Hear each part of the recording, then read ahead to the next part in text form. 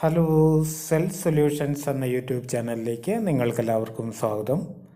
ഇന്ന് ഞാനിവിടെ പറയാൻ പോകുന്നത് റെഡ്മി നോട്ട് 6 പ്രോയുടെ ചാർജിങ് കംപ്ലൈൻറ്റ് എങ്ങനെ റെഡിയാക്കാമെന്നതിനെക്കുറിച്ചാണ്. ഇതിൽ ചാർജിങ്ങിന് വരുന്നത് ഒരു ബോർഡായിട്ടാണ്. ആ ചാർജിങ് ബോർഡ് എങ്ങനെ റെഡിയാക്കാം, ചാർജിങ്ങിൽ വരുന്ന എല്ലാ കംപ്ലൈൻറ്റ്സും ഞാൻ ഇതിനകത്ത് പറയുന്നുണ്ട്. അപ്പോൾ വീഡിയോ ആദ്യം മുതൽ അവസാനം വരെ ശ്രദ്ധിച്ച് കാണുക. അപ്പോൾ ചാർജിങ്ങിൻ്റെ കംപ്ലൈൻറ്റ് വന്നു കഴിഞ്ഞാൽ നമ്മൾ ആദ്യം ഈ സ്ക്രൂസ് ഒന്ന് അഴിക്കണം. ഇത് 3-4 സ്ക്രൂ ഉണ്ടാവും. ആ സ്ക്രൂ ഓരോന്നായിട്ട് അഴിക്കുക. അതിനുശേഷം ഈ ഡെക്കണങ്ങ് അഴിച്ചെടുക്കാവുന്നതാണ്. ഇത് അഴിച്ചെടുത്ത് കഴിഞ്ഞാൽ നിങ്ങൾ ആദ്യം ശ്രദ്ധിക്കേണ്ട കാര്യം ചാർജിങ് പിന്ന്, അതായത് ചാർജിങ് സോക്കറ്റിന് എന്തെങ്കിലും കംപ്ലൈൻറ്റ് ഉണ്ടോ എന്ന് നോക്കണം. എന്തെങ്കിലും കുഴപ്പം അതിന് പൊട്ടിയിരിക്കുന്നതോ ആയിട്ടുള്ള കേസുണ്ടോ എന്ന് നോക്കണം. പിന്നെ ഇവിടെ വെള്ളം കയറിയിട്ടുണ്ടോ എന്നുള്ള കാര്യങ്ങൾ നോക്കണം ഈ കണക്ടറിൽ. അപ്പോൾ ചാർജിങ് പിന്നിൽ എന്തെങ്കിലും കംപ്ലൈൻ്റ് ആയിട്ട് എന്തെങ്കിലും പൊട്ടിയതോ ആയിട്ട് തോന്നിക്കഴിഞ്ഞാൽ നിങ്ങൾ ചാർജിങ്ങിൻ്റെ പിന്നിൽ ഔട്ട്പുട്ട് വോൾട്ടേജ് 5 വോൾട്ടേജ് വരുന്നുണ്ടോ എന്ന് നോക്കണം. ചാർജിങ് പിന്നിൽ അത് ചെക്ക് ചെയ്യുക. അത് ചെക്ക് ചെയ്ത് വെച്ച് ഇതിൻ്റെ ചാർജിങ് കണക്ടറിന് 5 ലെഗാണ് വരുന്നത്. അതിലാദ്യത്തേത് പോസിറ്റീവ്, ഏറ്റവും ഒടുവിലത്തേത് നെഗറ്റീവ്.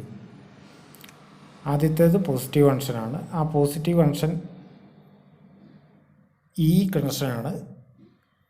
ഇത് ആകെ പോസിറ്റീവ് കണക്ഷൻ പിന്നെ ഒരു കപ്പാസിറ്ററിൽ കയറുന്നു, നേരെ കണക്ടറിലേക്കാണ് വരുന്നത്. ഇതിൻ്റെ കണക്ഷൻസൊക്കെ ഞാൻ ഇവിടെയുള്ളതെല്ലാം കാണിച്ചു തരാം. ഇത് ബോർഡിൽ എങ്ങോട്ടാണ് കയറുന്നത് എന്നുള്ളതും കാണിച്ചു തരാം.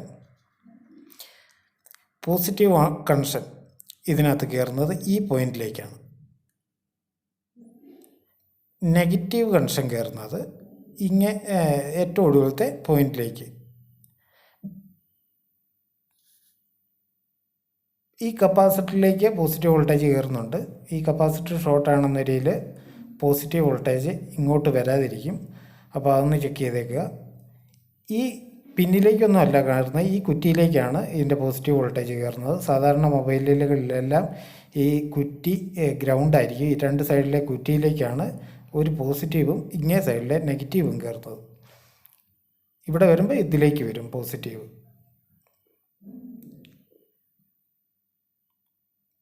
അഥവാ പോസിറ്റീവ് കണക്ഷൻ വരുന്നില്ലെങ്കിൽ നിങ്ങൾക്ക് ഇങ്ങോട്ടൊരു ജമ്പർ ഇട്ട് കൊടുക്കാവുന്നതാണ്. പോസിറ്റീവ് എന്ന് നേരെ ഇങ്ങോട്ടൊരു ജമ്പർ ഇട്ട് കൊടുത്താൽ മതി. ഈ കപ്പാസിറ്റർ ഷോർട്ട് ആണെങ്കിൽ റിമൂവ് ആക്കി കളയുക.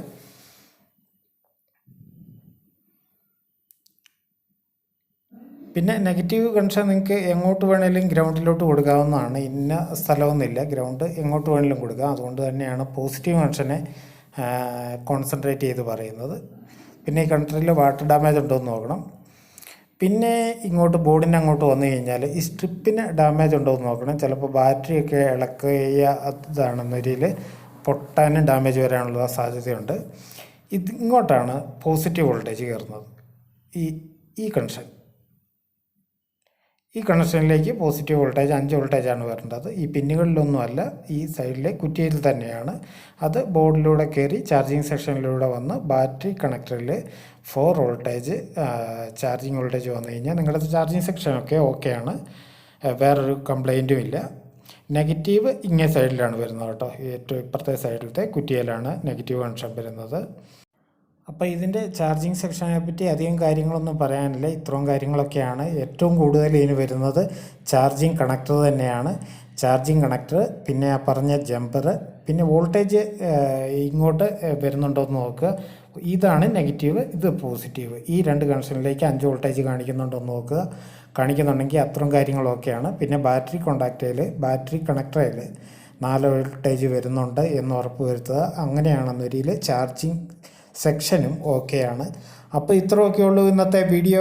ഇഷ്ടപ്പെട്ടാൽ ലൈക്ക് ചെയ്യുക. ഇതിനെപ്പറ്റി എന്തെങ്കിലും ഡൗട്ടുള്ളവരെ കമൻ്റായിട്ട് ചോദിക്കുക. അപ്പോൾ ഒരു പുത്തൻ കിടിലൻ വീഡിയോയുമായിട്ട് വീണ്ടും കാണാം. എല്ലാവർക്കും നന്ദി, നമസ്കാരം, ഗുഡ് ബൈ.